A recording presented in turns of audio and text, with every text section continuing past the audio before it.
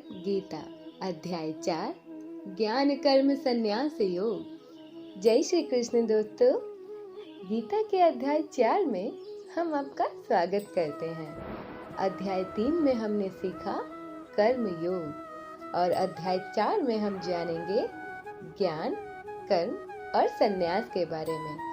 चलिए शुरू करते हैं। श्री भगवान बोले, मैंने इस अविनाशी योग को सूर्य से कहा, सूर्य ने अपने पुत्र वेवस्व मनु से और मनु ने अपने पुत्र राजा इक्ष्वाकु से। इस प्रकार परंपरा से प्राप्त हुए इस योग को राज ऋषियों ने जाना, किंतु उसके बाद यह योग बहुत काल से पृथ्वी लोक में लुप्त हो गया।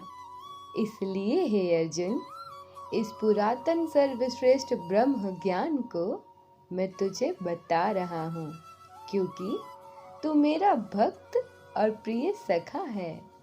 इस पर अर्जुन बोले, हे केशव, आपका जन्म अभी हाल का है और सूर्य का जन्म बहुत पुराना अर्थात कल्प के आदि में हो चुका है। तब मैं इस बात को कैसे समझूं कि आप ही ने कल्प के आदि में सूर्य से यह योग कहा?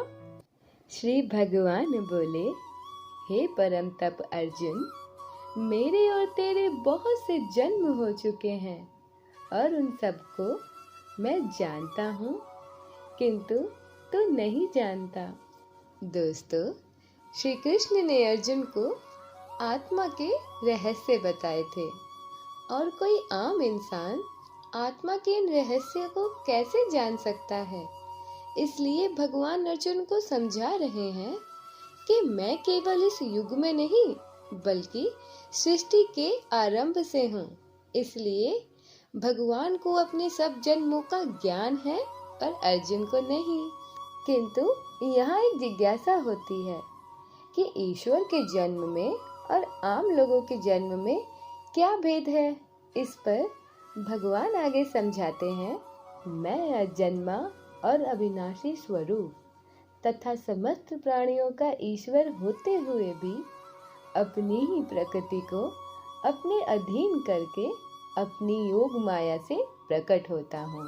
दोस्तों, श्री कृष्ण बता रहे हैं कि वह अजन्मे यानी कभी जन्म ना लेने वाले हैं और अविनाशी यानी कभी ना खत्म होने वाले हैं।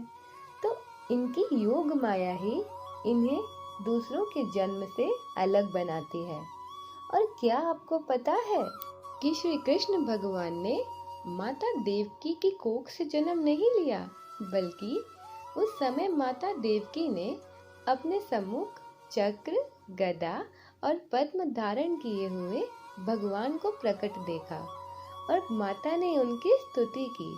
फिर माता की प्रार्थना के बाद भगवान ने शिशु रूप धारण किया, अर्थात उनका जन्म साधारण बालक के भांति माता की कोख से नहीं हुआ। और क्या आपको ये बात पता है कि श्री कृष्ण भगवान ने 119 वर्ष के बाद अपनी देह त्यागी थी और 119 वर्ष के होने के बाद भी ना तो उनके केश सफेद थे और ना उनके शरीर पर किसी प्रकार की झुर्रियां थी। यानी 119 वर्ष में भी श्री कृष्ण युवा थे। और यही बातें श्री कृष्ण को अजन्मी और अविनाशी बताती है। आगे श्री भगवान अपने अवतारों का कारण बताते हुए बोले, हे भारत, जब जब धर्म की हानि और अधर्म की वृद्धि होती है, तब तब मैं अपने इस रूप को रचता हूँ और लोगों के सम्मुख प्रकट होता हूँ। साधु पुरुषों के उद्धार के लिए, पाप कर्म वाले पुरुषों के नाश के लिए और धर्म की स्थापना के लिए मैं युग युग में प्रकट होता हूँ। हे अर्जुन, मेरे जन्म तथा कर्म दिव्य और अलौकिक हैं। इस प्रकार जो मनुष्य तत्व से जान लेता है, वह अपने शरीर को त्याग कर जन्म को प्राप्त नहीं होता, किंतु मुझे प्राप्त होता है।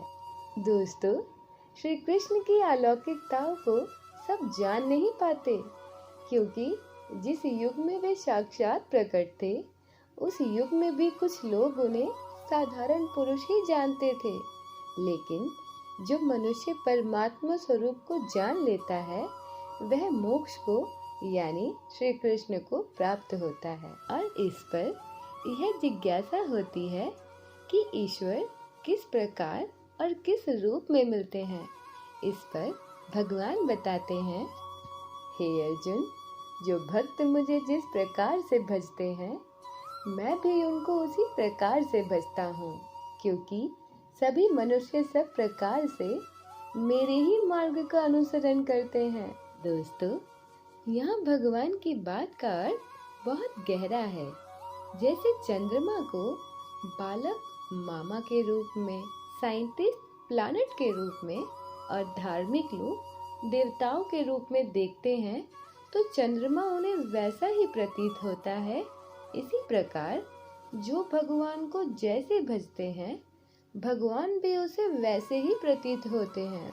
आगे कर्म के प्रकार बताते हुए श्री भगवान बोले, अर्जुन, कर्म क्या है, अकर्म क्या है और विकर्म क्या है, इस प्रकार इसका निर्णय करने में बुद्धिमान पुरुष भी मोहित हो जाते हैं। इसलिए वह कर्तव्य तत्व मैं तुझे भली भांति समझाकर कहूँगा, जिसे जानकर तो शुभ अशुभ सब कर्मों से बंधन मुक्त हो जाएगा। क्योंकि कर्म, अकर्म और विकर्म का स्वरूप जानना चाहिए। जो मनुष्य कर्म में अकर्म देखता है और अकर्म में कर्म देखता है, वह मनुष्य बुद्धिमान है। वह योगी समस्त कर्मों द्वारा करने वाला है। अर्थात श्री कृष्ण समझा रहे हैं, जो व्यक्ति कर्म करता हुआ भी खुद को कर्ता नहीं जानता, केवल कर्तव्य समझकर कर्म करता है, उसे कभी अहंकार नहीं होता और वो व्यक्ति कर्म करता हुआ भी अकर्म को प्राप्त होता है। जैसे हमारी माता केवल कर्तव्य समझकर हर कर्म करती है। अकर्म यानी कर्म ना करना और ऐसा ना करते हुए भी खुद को कर्ता समझना। ऐसे व्यक्ति का खुद पर कोई कंट्रोल नहीं होता, क्योंकि उसके सारे कर्म भोगों को प्राप्त करने के लिए और दिखाऊ होते हैं। और विकर्म यानी किसी विशेष कार्य को करना। हमारी युवा पीढ़ी केवल एंटरटेनमेंट के लिए ही अपना जीवन जी रही है। उसके सारे कर्म सुख प्राप्ति के लिए हैं। तो इस प्रकार कोई कैसे विकर्म के लिए प्रेरित होगा? दोस्तों, श्री कृष्ण का सीधा मतलब है कि जो अकर्म में कर्म देखता है, वह घमंड को प्राप्त नहीं होता और कर्म कर्तव्य समझकर करता रहता है। और अकर्म यानी काम ना करते हुए भी खुद को कर्ता जानने वाला पुरुष हमेशा अपनी इंद्रियों के कंट्रोल में रहता है। और विकर्म यानी कोई विशेष कार्य करना जिससे समाज का कल्याण हो। श्री भगवान बोले, जिनकी आसक्ति सर्वदा नष्ट हो गई है, जो देह अभिमान और ममता से रहित हो गए हैं, जिनका चित्त निरंतर परमात्मा के इस ज्ञान में स्थित रहता है, ऐसे केवल यज्ञ संपादन के लिए कर्म करने वाले मनुष्य संपूर्ण कर्म को भली भांति समझते हैं। दोस्तों, भगवान यहाँ समझा रहे हैं कि कर्म शरीर के द्वारा ही संभव है और यह शरीर इस प्रकृति की ही देन है। और इस नश्वर देह का अभिमान ना करके किसी तरह की ममता से नहीं बंधना चाहिए, क्योंकि इस ज्ञान को तत्व से जानने वाला मनुष्य यज्ञ संपादन यानी सृष्टि के कल्याण के लिए ही कर्म करता है। श्री भगवान बोले, कितने ही योगी जन अपान वायु का प्राण वायु में हवन करते हैं, वैसे ही अन्य प्राण वायु में अपान वायु का हवन करते हैं। तथा अन्य कितने नियमित आहार करने वाले प्राणायाम परायण पुरुष प्राण और अपान की गति को रोककर प्राणों को प्राणों में हवन करते हैं। ये सभी साधक यज्ञ द्वारा पापों को नाश कर देने वाले और ज्ञान को जानने वाले हैं। दोस्तों, गीता का यह सर्वश्रेष्ठ योग ज्ञान आज सारे संसार में प्रचलित है। बाबा रामदेव ने गीता के सिर्फ इस ज्ञान से अपना वजूद बनाया है। श्री भगवान बोले, मनुष्य को इस ज्ञान को तत्वदर्शी ज्ञानियों के पास जाकर समझना चाहिए। उनको भली भांति दंडवत प्रणाम करने से, उनकी सेवा करने से और कपट छोड़कर सरलता पूर्वक प्रश्न करने से वे परमात्मा के तत्व को भली भांति जानने वाले ज्ञानी तुम्हें उस ज्ञान का उपदेश देंगे। दोस्तों, भगवान को पता है कि ज्ञान समझना सबके लिए आसान नहीं, इसलिए भगवान ज्ञानी की शरण जाने के लिए कहते हैं। किंतु ज्ञानी कौन? ज्ञानी जिसने अपने सारे कर्म सृष्टि के कल्याण के लिए लगा दिए हैं और जिसका मन तथा चित्त सदा शांत रहता है। कोई केवल धर्म के उपदेश देने वाला व्यक्ति ज्ञानी नहीं कहलाता। श्री भगवान बोले, ऐसा मनुष्य यदि सब पापियों से भी अधिक पाप करने वाला हो तो भी वह इस ज्ञान रूप नौका द्वारा निसंदेह संपूर्ण पाप समुद्र से भली भांति तर जाएगा। क्योंकि हे अर्जुन, जैसे प्रज्वलित अग्नि ईंधन को भस्म कर देती है, वैसे ही ज्ञान स्वरूप अग्नि संपूर्ण कर्मों को भस्म कर देती है। दोस्तों, इस ज्ञान को समझना यानी सभी पापों का त्याग करना, क्योंकि ज्ञान कर्म ही मनुष्य की भीतरी शुद्धि कर सकते हैं और एक पापी अपने पापों को स्वीकार किए बिना उन्हें कभी नहीं सुधार सकता।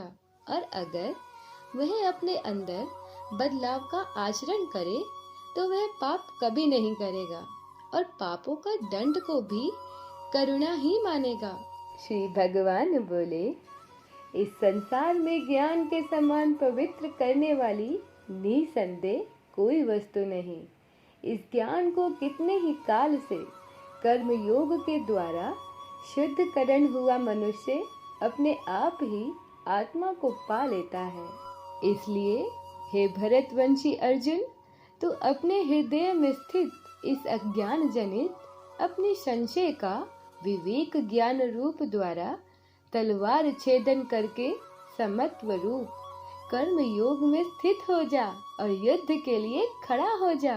दोस्तों, यहाँ समाप्त होता है गीता का चौथा अध्याय, जहाँ हमने भगवान के होने वाले अवतारों के रहस्य जाने और कर्म अकर्म विकर्म को भी जाना, जिससे यह प्रतीत होता है कि हम सभी एक दूसरे से जुड़े हैं। तो हमारे कर्म केवल अपने स्वार्थ के लिए नहीं होने चाहिए, पर इन कर्मों का महत्व समझना इतना आसान नहीं। इसलिए मिलते हैं गीता के 5वें अध्याय कर्म संन्यास योग में। तब तक के लिए जय श्री कृष्ण दोस्तों।